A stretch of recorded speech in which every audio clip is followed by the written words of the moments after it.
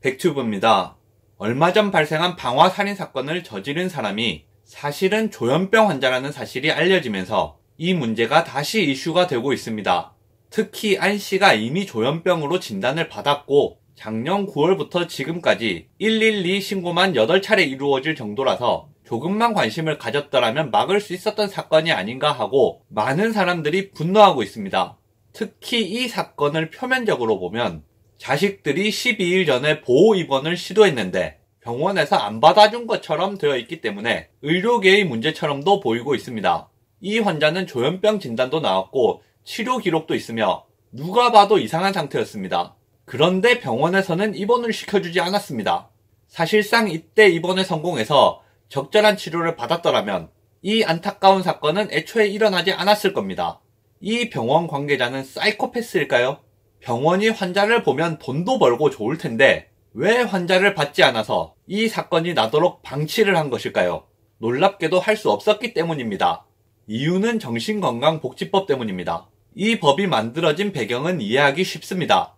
정신질환자의 강제 입원이 쉽고 간단하다면 어떤 일이 벌어지게 될까요? 아버지의 재산을 노리고 가족들이 담합해서 아버지를 정신병원에 강제로 입원시킨 다음 재산을 처분하거나 부부싸움을 하고 나서 한쪽이 다른 쪽을 정신과에 강제로 입원시키는 일도 가능할 겁니다. 되게 황당한 얘기처럼 들릴 수도 있겠지만 이런 일들이 실제로 일어났었기 때문에 정신과에 입원하는 환자의 인권을 보호하는 장치가 필요했던 겁니다. 그런데 그런 장치를 만들고 보니 이제는 강제 입원이 너무 어려워진 겁니다. 환자가 입원을 거부하거나 퇴원을 요구할 때 그것을 막을 수 있는 절차와 방법이 너무 어렵습니다. 현재는 경찰이 와도 강제 입원을 시킬 수가 없고 지금처럼 환자가 거부하면 방법이 전혀 없는 것은 아니지만 사실상으로는 치료 자체가 불가능합니다.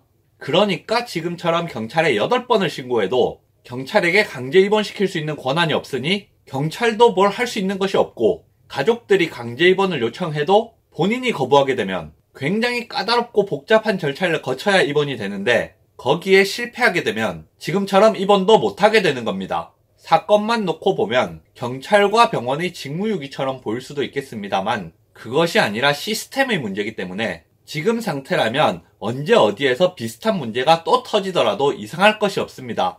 개인의 문제가 아니라 법과 시스템의 문제인데 법과 시스템을 그대로 두면 당연히 사람만 바뀐 채 같은 사건이 또 터지게 됩니다. 환자의 인권이라는 명목으로 경찰과 병원의 손발을 다 묶어서 아무것도 못하게 하고 일이 터지고 나니까 그제서야 병원과 경찰 탓으로 몰아가는 부분은 분명히 문제가 있다고 생각을 합니다.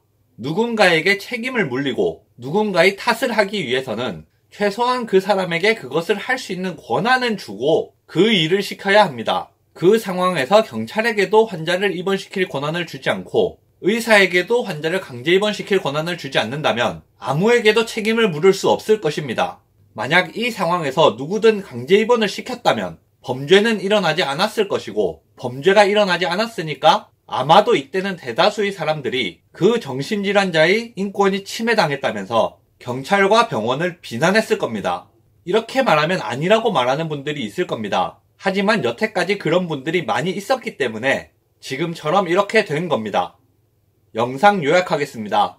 사건이 일어났을 때 관련된 개개인을 비난하는 것은 쉽습니다. 하지만 시스템 때문에 생기는 문제에 대해 개개인을 비난하고 넘어간다면 유사한 사건의 재발을 막을 수 없습니다.